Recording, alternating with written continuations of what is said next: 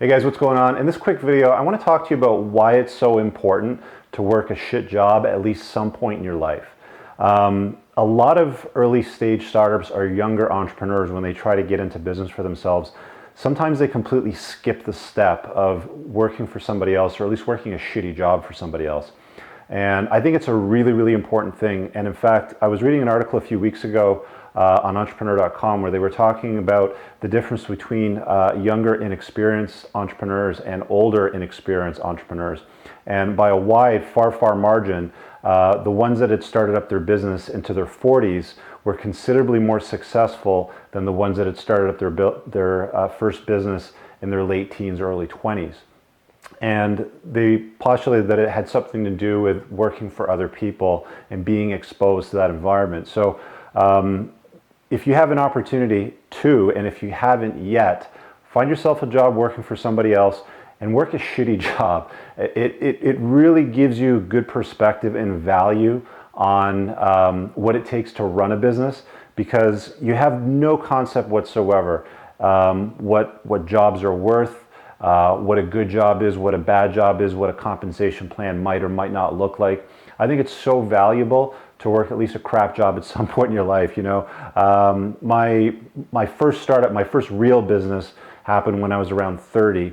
I had a couple of small businesses when I was in my teens, and even I think around 9 years old, I had a paper route. And I got to be completely honest, what I had learned, even delivering papers at something like half a cent a paper is what they had paid. It might have even been a little bit less. To cutting people's lawns, to shoveling people's driveways in the wintertime. One of the shittiest jobs that I'd worked was probably planting trees and then trimming Christmas trees. There was a tree farm that I worked at in the summertime. I think I was around 16 because I just got my driver's license, and I had to drive about an hour every morning up north.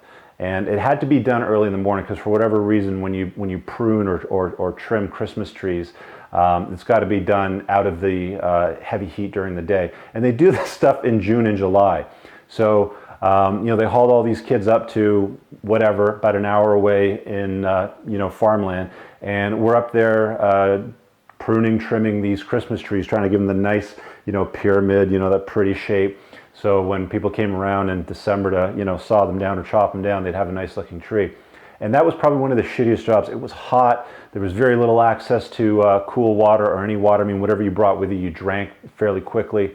The guy that ran the Christmas tree farm, he was an old German guy. He was a freaking Nazi. He would slave drive us. It was so horrible. Anyway, needless to say, I'm very bad as an employee in a bad environment like that, and it really taught me anyway that it's something that I didn't want to do. I certainly didn't want to work for an asshole. I only lasted about a week or two in that job, and the guy ended up firing me because I said something back to him. I can't remember what it was, but either way, I think it's important to understand the value of employees by being an employee for somebody else, especially in a crappy job. So there's your tip for today. I hope that helps out. Guys, thank you so much for checking out these videos. If you know there's somebody out there that might enjoy watching this video or might get some value with it, please share it with them. And if it's one of the first videos you've seen, please give it a thumbs up. I'd really appreciate the feedback on it. If you've got any questions or anything else you'd like to see me record, throw it in the comments below and let me know what that is. Thanks very much. Have an awesome day. Peace.